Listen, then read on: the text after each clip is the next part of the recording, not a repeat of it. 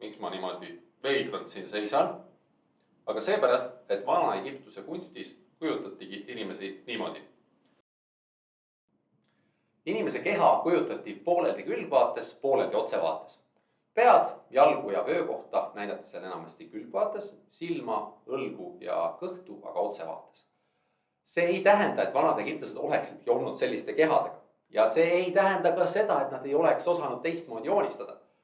Nad täiesti meelega joonistasid niimoodi, meie mõistes imelikult. Sest nende kunstis olid sellised reeglid, et nii tuleb lihtsalt joonistada. Aga miks? Näiteks egiptlased leidsid, et iga kehaosa tuleb kujutada selles asendis, milles see kehaosa on kõige äratuntavam või kõnekam.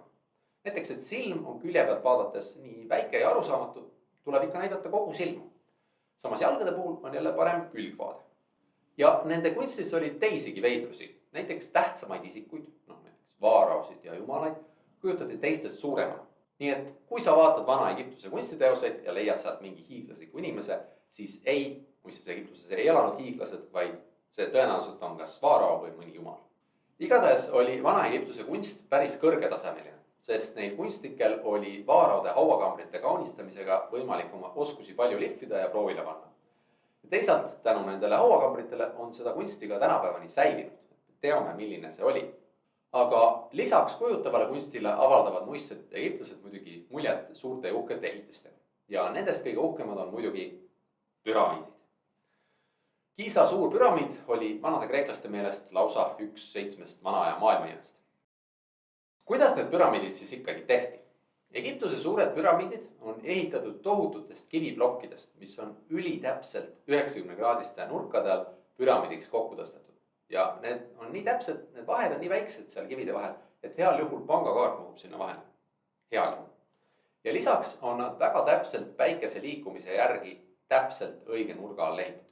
Ja see on alati tekitanud inimestest kummastust, et issand, kuidas see oli võimalik, kui polnud kraanasid, millega neid kiviblokke tõsta, ei olnud arvuteid, mille abil neid nii täpselt projekteerida.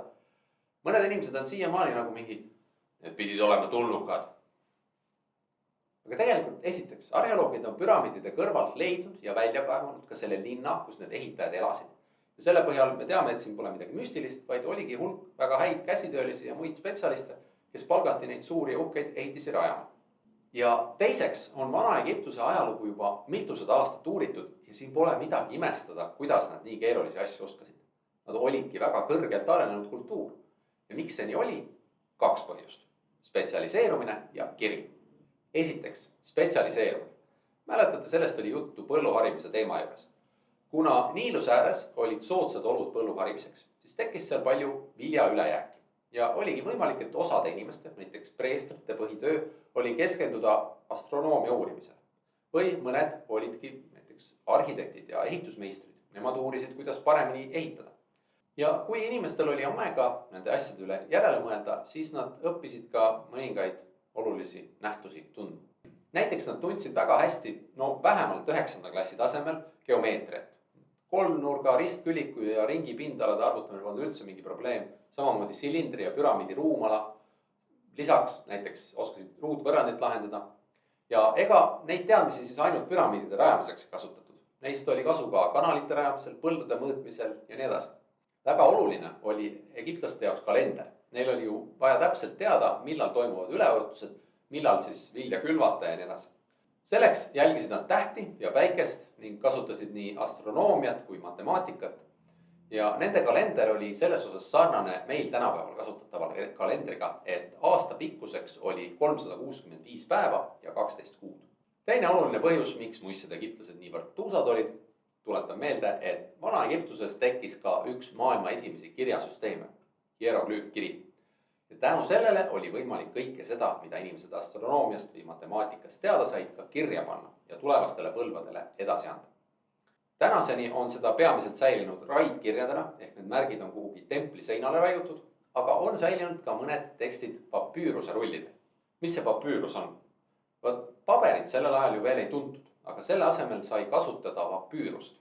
Papüürus on üks taim, mis kasvab Niiluse ääres ja millest vanad egiptlased tegid põhimõtteliselt kõike. Ja muu hulgas siis sellist paberilaadset materjali, millele sai tindiga kirjutada. aga lisaks matemaatikale ja astronoomiale olid muistsed egiptlased edukad ka meditsiinis ehk arstikunstis.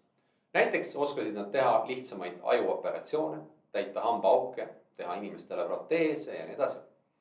samas oli neil tänapäevaga võrreldes ikkagi inimkeha toimimisest üsna udune arusaam. ja väga tihti raviti inimesi ravimtaimedega või üldse maagiaga. lasti patsientidel lausuda võlusõnu või kanda amuletti. nii palju siis Egiptuse kultuurisaavutustest.